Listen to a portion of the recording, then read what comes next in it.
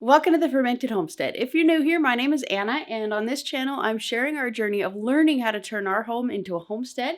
Today is the day that we are going to finally be repotting the tomato starts.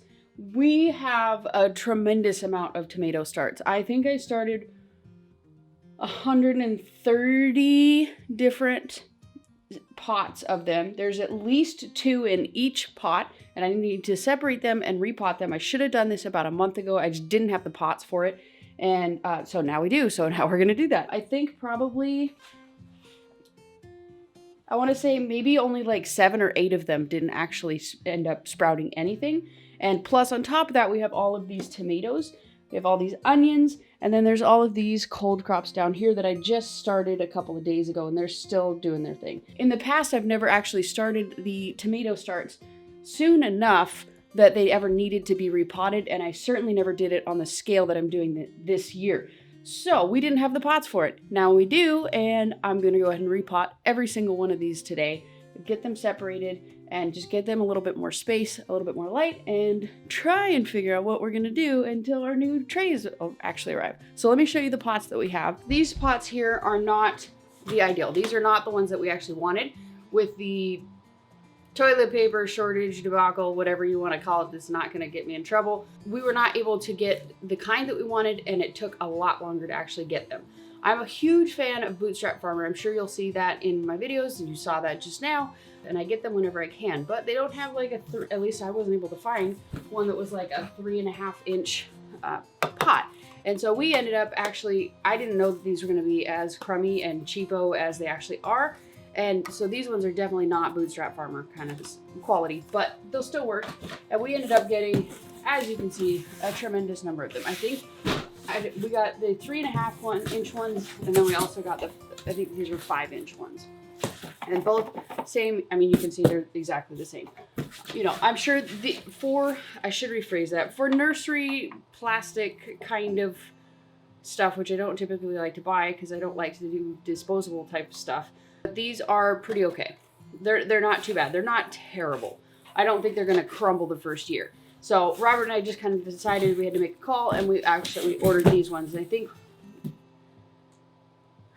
one of them's like 700 of them in each, and one of them's like 400 of them each, and they were actually a pretty reasonable deal. You know, I got what I paid for. They were cheaper, and I got them for, you know, and they are cheaper kind of quality. I really like the Bootstrap Farmer. I think it was Jess over at Roots and Refuge actually turned me on to them a couple of years ago. Yeah, I think it was last year, possibly, maybe even the year before. I'm not sure, but anyways, it doesn't really matter. But anyways, she turned me on to them, and I don't think I ever would have actually bought them because I didn't have any clue how good a quality they actually are and then she had recommended them and kind of showed how tough they were. So I ended up ordering like one box of them, a couple of flats of them, and then one package of the actual cups. And I was so blown away by them. I bought a bunch more of them this year just to make sure that we had enough to actually get us through. So anyways, so we're gonna repot them in these, and then I am short on the trays. I just ordered more of them last night. I have enough for what I have currently, and that's obviously not gonna be enough. So I ordered a bunch more last night, and hopefully they will be in by Friday. So in the meantime, I'm just gonna have to find every little tray and bin and whatever I can do to hold on to them as long as I possibly can. So I'm gonna get set up to actually do this process. I'm gonna show you briefly what I'm gonna do, and then I'm just gonna spend my morning taking care of them.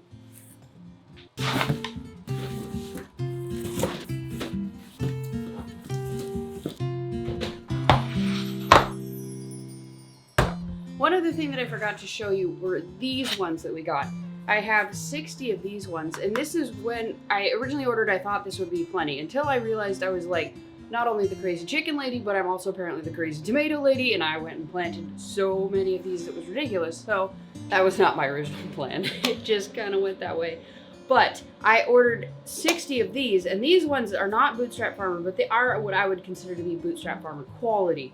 And so I went online and I was gonna order, instead of these ones, I was gonna order more of these, but with the tomato on the brain, with the toilet paper shortage stuff going on, they were out, and all they had were white ones, and I didn't want the white ones, so I just ended up going with these ones, and we're gonna take as good care of them as we possibly can, make them last as long as we can, because like I said, I don't like to buy disposable stuff. I like to buy quality stuff that's gonna last a long time, so that I'm not filling up the landfills, and it's just not frustrating, because in the end, if you buy a bunch of like disposable stuff, you may as well just buy the real stuff, because in the end, you're gonna pay just as much.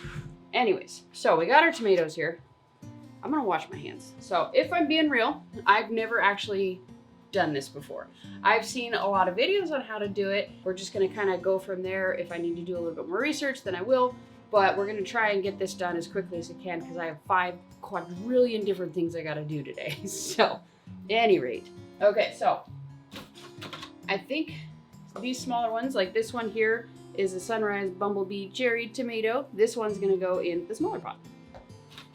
And I have just regular potting soil here. This is a mixture of 3 different kinds that I got. One was just because I had it. The other 2, I bought a Fox Farm, their potting soil, and then I think it's Opus. It's a blue one with like a dude with a beard on it. I don't know. So this one is the beef steak tomato. This one only has 1. So I'm gonna save that till later. But this is a Brad's Grape tomato, and this one apparently has 3. This one's gonna be tough to get separated. And this one is another, Brad's Grape tomato. Apparently we're gonna have a lot of Brad's Grape tomatoes. All right, so all I'm gonna do here, what am I gonna do? I need more tags. Okay, so I'm gonna go ahead and make sure that I label each one as I'm doing it. Okay.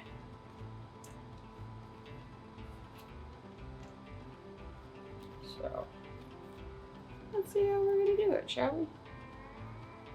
Here we go. Try and kind of massage it.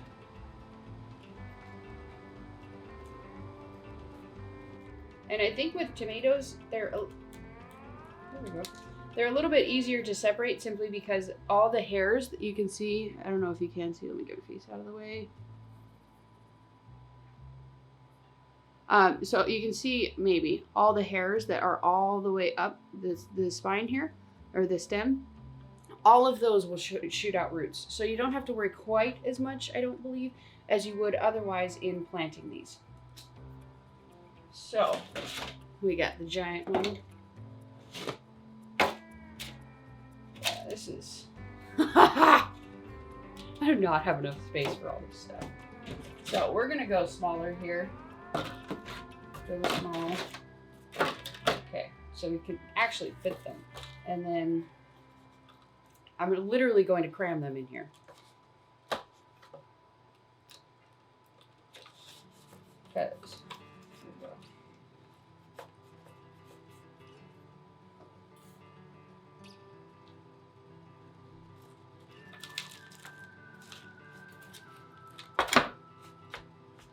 But I'm not going to cram the soil in here too much, just a bit. And I bottom water, so I don't have to worry quite as much about leaving like space at the top, but I'm still going to. There we go. One happy tomato. So I'm trying to get as much of this tomato like actually into underneath the surface of the soil as I can, to basically up potting it to give it more space, more soil to grow roots in, and just to get larger and stronger. Especially because of my neglect with all these giant amounts of tomatoes, it needs a little extra oomph or extra space. And then I'm not planning on I'm not planning on actually putting these in the ground until, what is it today? Today's like the beginning of April, almost middle of April. And I'm not going to put these out until I think at least the middle of May, possibly the end of May. So if I need to repot these into these containers, I'll do that. There we go. Put our little sticker in them again, or tag. And that's all I'm gonna do. That's about it. And then I'm just gonna do that about 400 more times. Okay.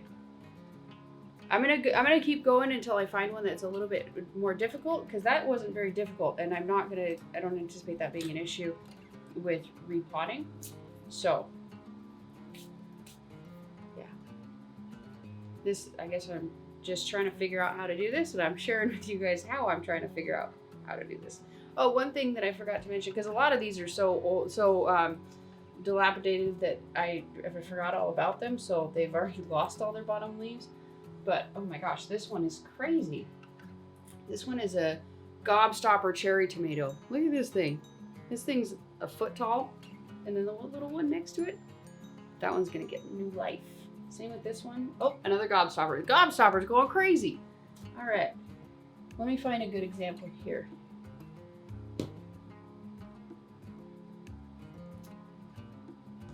I guess I'm gonna have to go with this one, but you can see it's got all of these like little leaves down below here.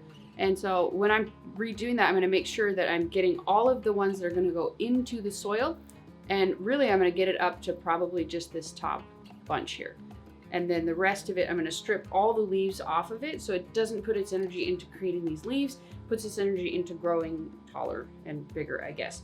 But also I think it can harbor disease if you plant these in the ground.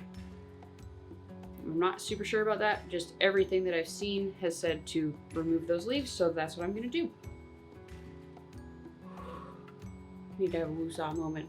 So also another thing with this, you saw my space over there. It is completely full. It is totally maxed out. We are in the process of, and likely going to finish today, our first cattle panel greenhouse that we built. We're building two shorter 8-foot ones, just because that's what I had the ability to take home. I didn't want to take home a 16-foot long boards. I was just too nervous to do it. And then also just the space for us currently right now, the shorter greenhouses are just gonna work better for us. So we're just gonna build 2 of them instead of one longer 16-foot one. But the first one should be wrapped up today. I'm just waiting for my husband to get home so that we can actually wrap it with the tarp. And then we'll just be good to go. We'll have a second greenhouse and we can throw all of these out there once we get the actual trays for them, possibly even sooner. But it is getting pretty cold overnight the next couple of nights, so possibly next week I will feel comfortable throwing these out overnight. In the meantime, I might just do it during the day because it's super sunny out there. Anyways.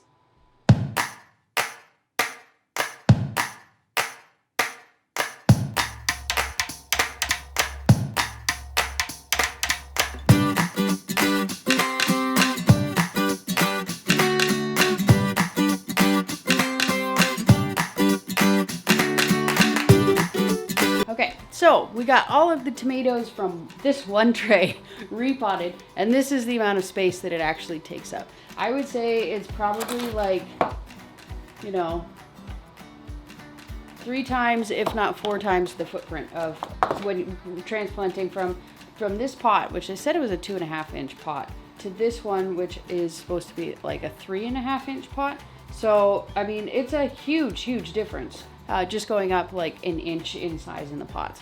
So I'm just going to continue going in and out of doing this. I'm going to do a tray of this and then work on something else and come back and do a tray of this, because that one tray took me about an hour, and I have a ton of other stuff I want to do, including working on the greenhouse, because I'm realizing that I could possibly keep it warm enough throughout the night to actually put these out there.